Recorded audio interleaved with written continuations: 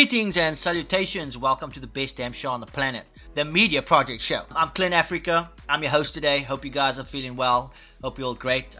Today we're actually going to be recapping WandaVision Season 1, Episode 7.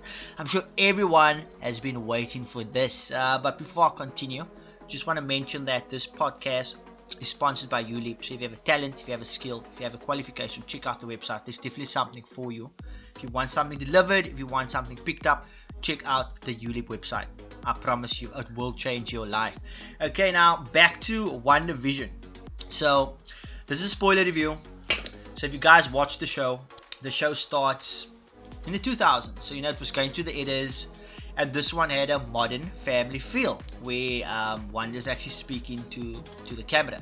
And she's definitely going through things because things is falling apart. As you know, this is the start of crossover where she'll be in Spider-Man 3 as well as Doctor Strange 2, the Multiverse of Madness. So things are cracking, and as like the credits come up at the start, it's just Wanda, all Wanda. And then I think that's based on The Office, the TV show. If you ever watched The Office, it's pretty good. So I really like that. And the show starts where she's laying in a bed and she still has a Halloween costume on. So clearly time is moving very slow in this reality that she's created, or that's what we think Wanda has created. I'll speak more about that a bit later. And Billy and Tommy comes up and they said like the game is going haywire. So basically what's happening, they playing Sega and then it changes to an older game and then it ends off with Uno cards, which I thought was really clever and smart by the writers, the screenwriters, the producers, all those guys. Seriously, they're doing a top job with WandaVision. As we know, Darcy is in reality and meets up with Wanda, and Vision actually wakes up Darcy and she's like, hey, what's going on? And she actually knocks out the guy that didn't want to give her coffee. So she got a payback. Well done, Darcy. I do like you. You're adorable. And they trying to figure out what's going on. And Darcy and Vision are having a very deep conversation. She's like filling in the blank spots of what happened. And that you actually died. Vision died twice. And that Wanda had to watch this. And Vision actually understands more what's going on and why Wanda's acting like this. Because things is falling apart. Agnes comes in also into the house, takes the kids away. She definitely wants something from the kids. And everything is glitching and she can't keep anything under control. So she's basically in a depression and things are falling apart. So I'm really looking forward to the last 2 episodes. Just to say that we've only watched like maybe 3.5 hours of content of WandaVision. The episodes are not long. And if you remember, Marvel advised that this is going to be like 6 hours of content. So hopefully episode 8 and episode 9 is going to be maybe like 50 minutes and then maybe an hour and a half. Because that will be great, MCU style. Because I know there's going to be a big fight. There has to be a big fight. And we know Marvel is capable of making amazing action sequences. So I'm very excited about that. Smash a like on the video. Subscribe if you're new. We'd really appreciate that.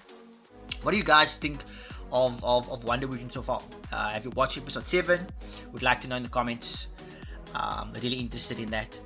The show goes on, and Monica and Bo is trying to, and the FBI Wong is trying to get into the Hex, and they meet up with the engineer, and we all want to know who's this engineer.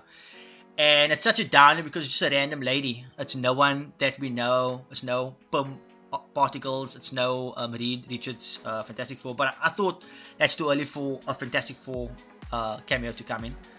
And then she goes into the Hex, and she can't get in with this major space truck because it starts changing into one of the circus trucks, and she jumps out of the truck and she goes in full-blooded, and all of a sudden as she goes through the Hex she's changing because her cells is changing and everything, and it's amazing the graphics they use, and she gets into the Hex and her eyes is glowing blue. So she of course is going to be Photon, which is a character in the comics, so she has powers. And as you know, she's going to be in the Captain Marvel 2 movie, so I'm very excited about that. But that's only in a few years time. We can always talk about that again. She goes in there and she runs straight to Wanda, and Wanda's like, what are you doing here? And she literally throws out Monica and Bo, but she doesn't throw her out of the X. She's still there, and the whole neighborhood stops, and they're looking at this action, and they're having this conversation, and you can see her eyes glow blue. So it's nice that they're integrating the powers. So if Wanda's using her powers, it's red. If Monica Rambeau, whatever her powers is, it's blue. And then as we go through the story, it's it's up and down, it's back and forth, and Wanda's is losing it. Basically, you can see she's losing it. And then Agnes comes in.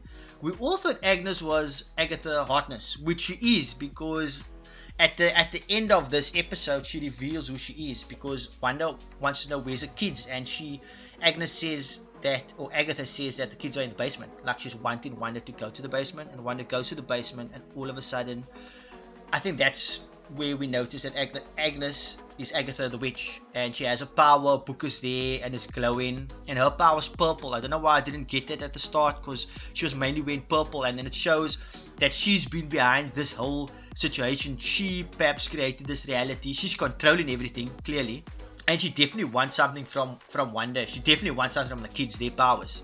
And I'm interested to know what you guys are thinking, what your theories are about WandaVision, because episode 7, I mean, they pack a lot of things into this episode, and I mean, it's like 30 minutes.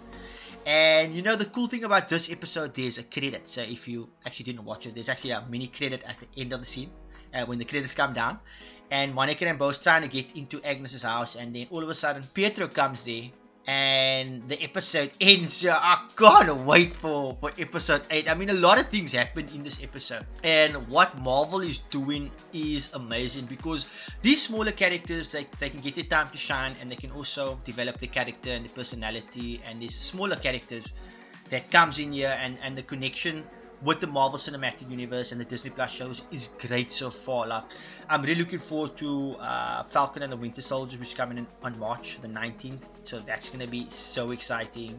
I'm so pumped up for that. But I would like to know what you guys thought of episode 7. Tell me in the comments. I'll definitely read that. But that's all for now. Remember, the next episode is airing next Friday, episode 8. So exciting stuff, guys. Otherwise, keep well, and we'll chat soon.